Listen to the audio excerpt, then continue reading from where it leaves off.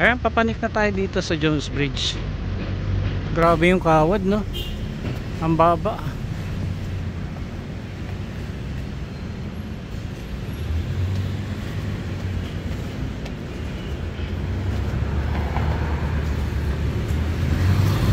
Yan yung parte ng ganito, no, nakita natin nung nakarang araw ay bakante na, nawawala. So bago tayo pumunta doon, silip lang tayo dito konti.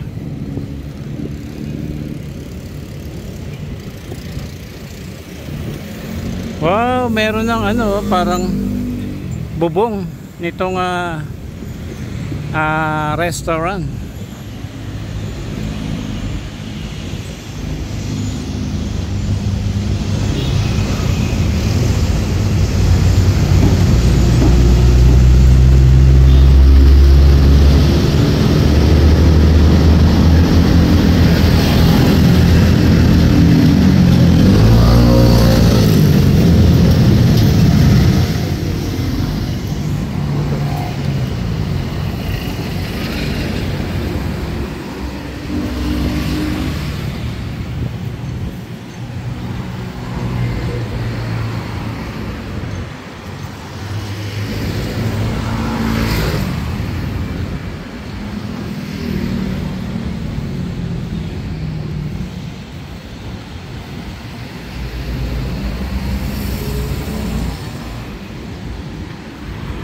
So hindi pa pala na papalitan, ano, hindi pa pala nalalagyan ng pinakaharang dito.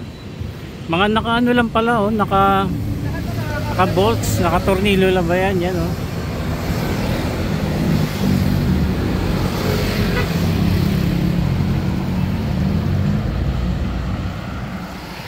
Ayan, pero nasabi na po natin ito, no, sa engineering department.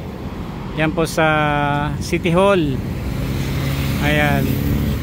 Pero baka kaninang umaga ay naano na po ito, na tingnan na nila.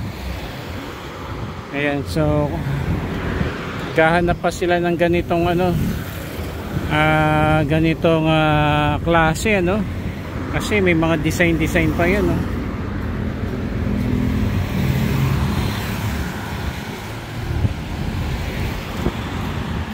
Punta tayo dun sa may kabilang side, dun sa may Esplanade.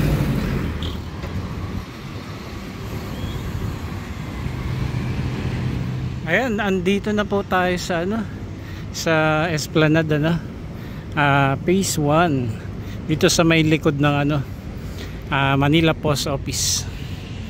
Wala pang ganun tao. Sa gabi kasi mas maraming namamasyal dito.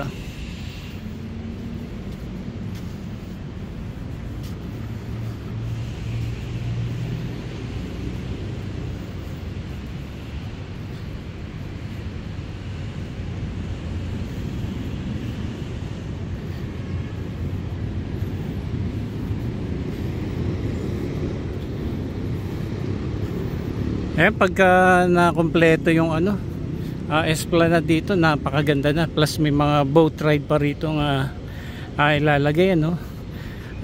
Nung nakaraan ay ano, may mga boat ride dito, pero pagka na-kompleto na, naayos na itong Esplanade, ano, ay babalik yung mga boat riding. May mga namamasyal na rin, mga nandiyan lang sa gilid. May mga bikers nandyan. So ito yung Pasig. Medyo madami pong basura ngayon tayo nakikita. Plus maitim, ano. Gawa nga po ng ano, mga dredging po dito sa kahaba ng Pasig River.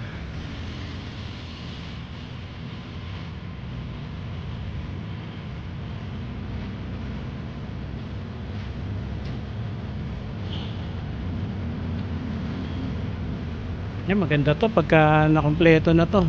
Ito pa lang maganda na, no. Lalo sa gabi, ang ganda rito. Ayan, punta tayo dun sa mailalim ng tulay.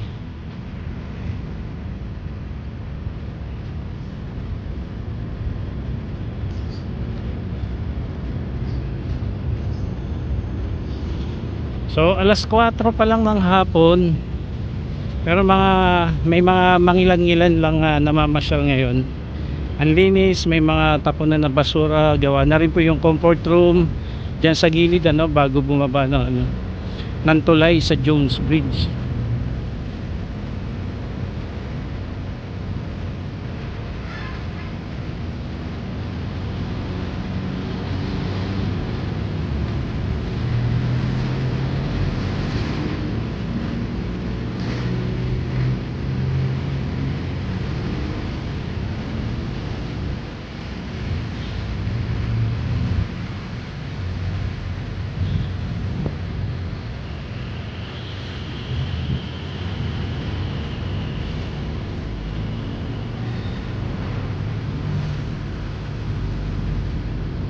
Wala pa rito. Hanggang dito pa lang.